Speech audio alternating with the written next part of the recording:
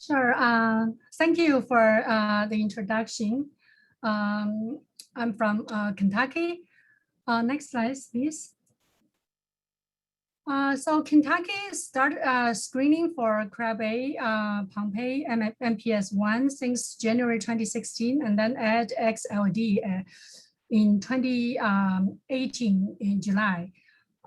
We hope at more soon. So we received specimen from Monday to Saturday. I want to add a bit about the population structure in Kentucky. We have, 88% of our population Caucasian, about 8% is African American, 5% is multi-racial, about 2% is Asian, 4% Hispanic or any other racial race. So this picture, we're located Kentucky. This is our newborn screening lab located. Next slide, please. So this is the algorithm that Mayo Biochemical Clinic Lab does for us. We really appreciate their support. So basically, Dr. Martin already talked about this algorithm. They did a 10+ assay, including this 3 enzyme and 4 C20, 22, 24, and 26. Bioinformatics was clear to look for the increased risk for this 4 condition. If there's any increased risk, they just automatically proceed to the second tier test. For Krabbe, they do cyclosine and 30 kb deletion. For the Pompe, they just do the creatinine GAA ratio. For MPS, they do dermaton and heparon as a second tier. And for xALD, they do LC for the C26. If any still state in increased risk, they refer to our lab. We then refer to our care center, indicate screen positive. Next slide, please. So in 2020, the total number of baby we screened just for that year is 49,000. So we have not identified any positive cases for Krabbe diseases or xALD. We identified 1 positive MPS, 3 false positive, including 1 carrier. We detect 7 late onset Pompe diseases, 4 false negative, 3 carrier of was the common variant in our state. As I'm training as a laboratory geneticist, where I am so interested in this genetics epidemiology in our state. So I want to mention in early 2020, we have identified 1 positive ALD.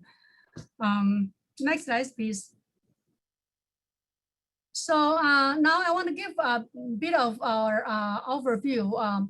Since we start newborn screening for this condition through 2020, so we have 1 referral for Krabbe diseases, no false positive at all. The 1 carrier Dr. Martin mentioned, it was a carrier identified through other genetic condition. So it is not meant to be screened by newborn screening. The xALD, we have 3 referral. All of them were diagnosed as xALD, so no false positive. MPS-I, we have 6 referral, 3 diagnosed as MPS-I. There are only 1 false negative identified by the symptoms occurred after birth. 5 false positive, including 2 carriers. Pompe diseases through 2020, we have 26 referral with positive screening, 18 being diagnosed with late onset Pompe diseases. Up to now, all of our Pompe diseases are late onset. 7 false positive case, including 4 carrier, 1 preemie died before the diagnosis was made. Next slide, please. So Krabbe, the genetics of this case we identified was a compound heterozygote.